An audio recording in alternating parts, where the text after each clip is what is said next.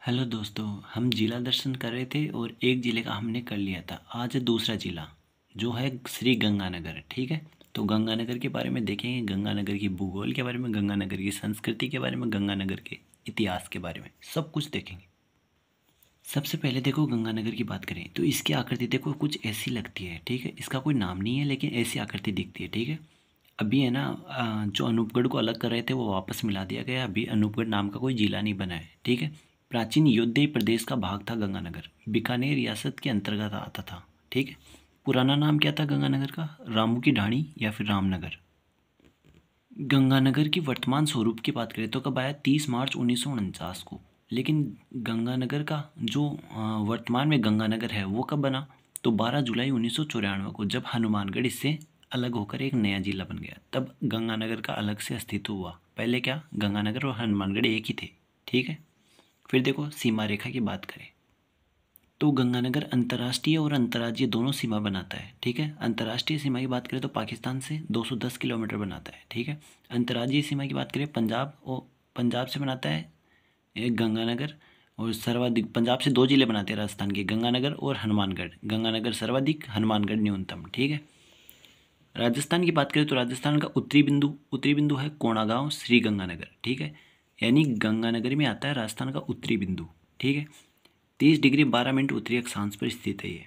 ठीक, पाकिस्तान की सीमा कहाँ से शुरू होती है? तो गंगानगर का एक स्थान है हिंदू मलकोट गंगानगर। ठीक है, फिलहाल में बीएसएफ के द्वारा इसको, हिंदू मलकोट को, टूरिज्म स्पॉट के रूप में विकसित किया जा रहा है। ठीक है, बीकानेर संभाग का जिला है गंगानगर। ठीक है, अगली बात करें गंगानगर के बारे में तो ये है अपना गंगानगर। ठीक है, यहाँ की बात करें, यहाँ पे नदी कौन सी है? तो घग्गर नदी है। ठीक है, घग्गर नदी बेसिन में मुख्यतः यहाँ पर चावल का उत्पादन होता है।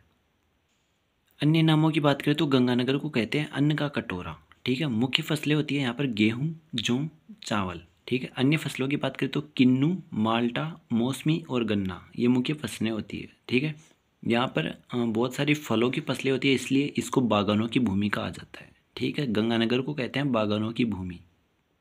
गंगानगर की जलवायु है अर्ध शुष्क जलवायु। चूँकि अर्ध शुष्क जलवायु है इसलिए गंगानगर में वर्षा भी 25 से 50 सेंटीमीटर ही होती है। ठीक है, कोपेन क्या कहता है? कोपेन कहता है कि गंगानगर की जलवायु BWHW में आती है। ठीक है, यानी शुष्क प्रदेश में आती है। ठीक, गंगानगर में सिंचाई की बात करें तो दो जगह से होती है, एक तो IGNP, एक गंग नहर से।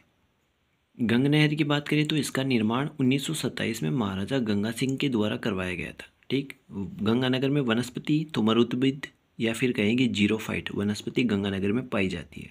गंगानगर की मिट्टी रेतीली मिट्टी है।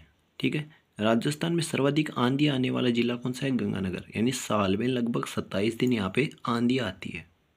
अब देखो, गंगानगर राजस्थान के उत्तर में स्थित है। ठीक है, यहाँ से हमें एक और महत्वपूर्ण पॉइंट निकालेंगे। ठीक है, जैसे कि कर्क रेखा को देखो, राजस्थान में दो जिलों से गुजरती है, डूंगरपुर और बांसवाड़ा। ठीक है, डूंगरपुर से 1 किलोमीटर, बांसवाड़ा से 25 किलोमीटर निकलती है। ठीक है, यानी टोटल राजस्थान से 26 किलोमीटर लंबाई में निकलती है। बांसवाड़ा के लगभग मध्य से गुजरती है, जबकि डूंगरपुर के चीखली गांव से गुजरती है। ठीक है, बांसवाड़ा की बात करें तो बांसवाड़ा सबसे नज़दीक स्थान है बांसवाड़ा का, यहाँ पे बोरखेड़ा बांसवाड़ा सबसे नज़दीक स्थान है। ठीक है, स्थित। कर्क रेखा की बात करें तो 21 जून को सूर्य कर्क रेखा पर लंबवत चमकता है। ठीक है, इसलिए दिन के प्रकाश की अवधि 13 घंटे 27 मिनट होती है। इसलिए श्री गंगानगर पर सर्वाधिक तिरछी विकिरण पड़ती है। तो हम यही पॉइंट निकाल रहे थे कि सूर्य की किरणें सर्वाधिक तिरछी कहाँ पड़ती है? श्री गंगानगर में। ठीक है, तथा इसी कारण श्री गंगानगर न्यूनतम सौर ताप प्राप्त करता है। ठीक, आगे देखो, फसल उत्पादन की बात करें तो सर्वाधिक उत्पादन होता है गेहूँ, जौ, चावल। इसके अलावा मौसमी, माल्टा, गन्ना, किन्नू, सरसों, इसके अलावा कपास, इसमें भी मुख्यतः नरमा कपास। ठीक है, यानी कपास की एक किस्म है नरमा, और इसमें और भी किस्में हैं, अगेती और बीटी कपास, ये कपास की किस्में हैं। ठीक है, इसके अलावा अंगूर की खेती मुख्यतः होती है कहाँ पर? गंगानगर में। इसके बाद देखो, सिंचाई की बात करें तो सिंचाई नहरों द्वारा सर्वाधिक सिंचाई वाला जिला कौन सा है? गंगानगर।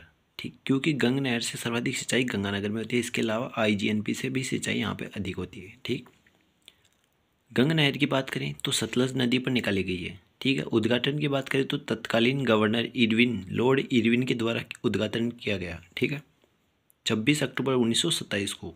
कहाँ से? शिवपुरी हेड से। यानी सतलज नदी से गंग नहर निकाली गई है, जिसका उद्घाटन तत्कालीन गवर्नर इरविन ने किया 26 अक्टूबर 1927 को शिवपुरी हेड चैनल से। ठीक है। इसके अलावा बात करूँ गंग नहर के निर्माण की, तो 1922 से 27 में महाराजा गंगा सिंह ने करवाया था। इसी कारण महाराजा गंगा सिंह को आधुनिक भारत का भागीरथ कहा जाता है। गंग नहर की बात करें तो राजस्थान की प्रथम सिंचाई परियोजना गंग नहर है। सिंचाई की बात करें तो ये श्रीगंगानगर और हनुमानगढ़ में सिंचाई करती है, जिनमें भी सर्वाधिक गंगानगर में। ठीक है।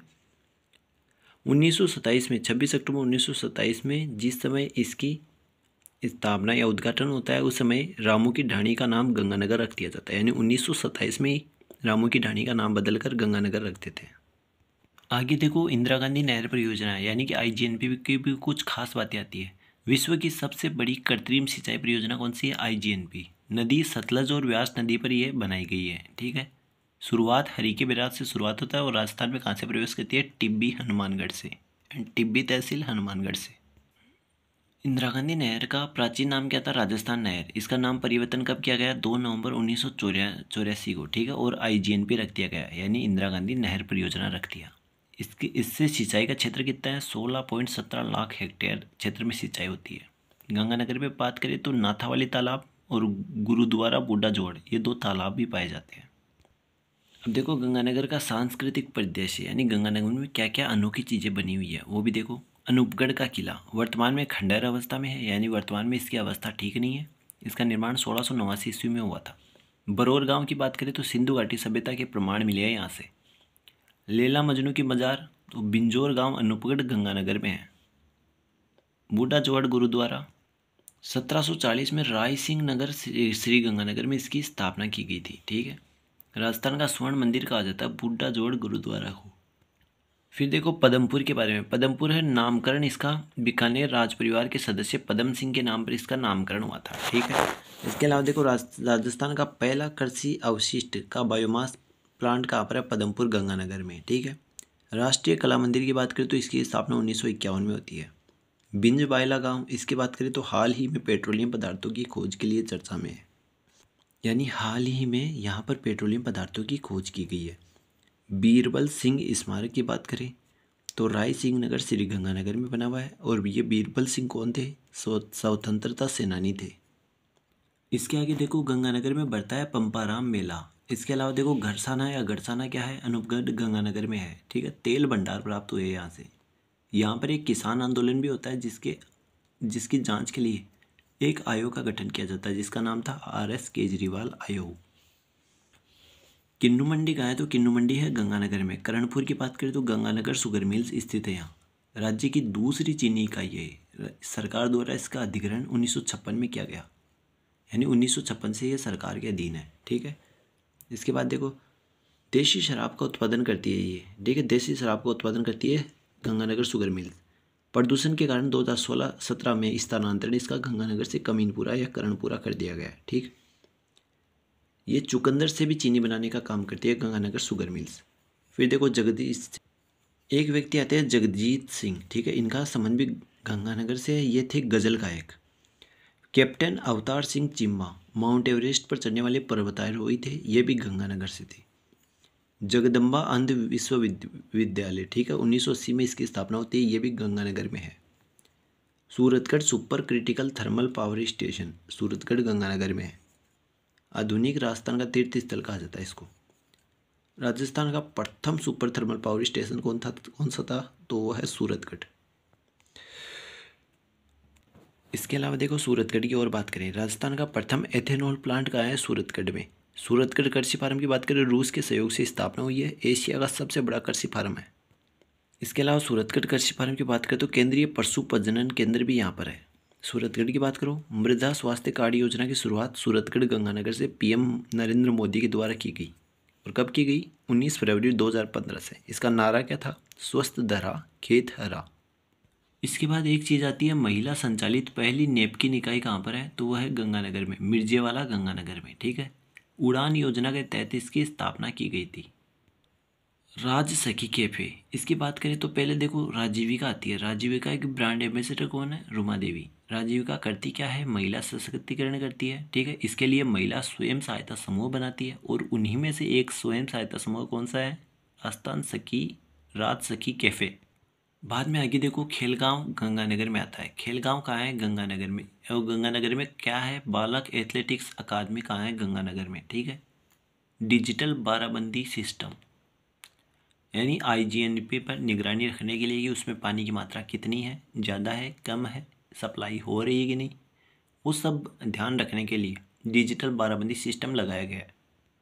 तो दोस्तों आज इतना ही करते हैं, नेक्स्ट वीडियो में मिलते हैं नए ज़िले के साथ।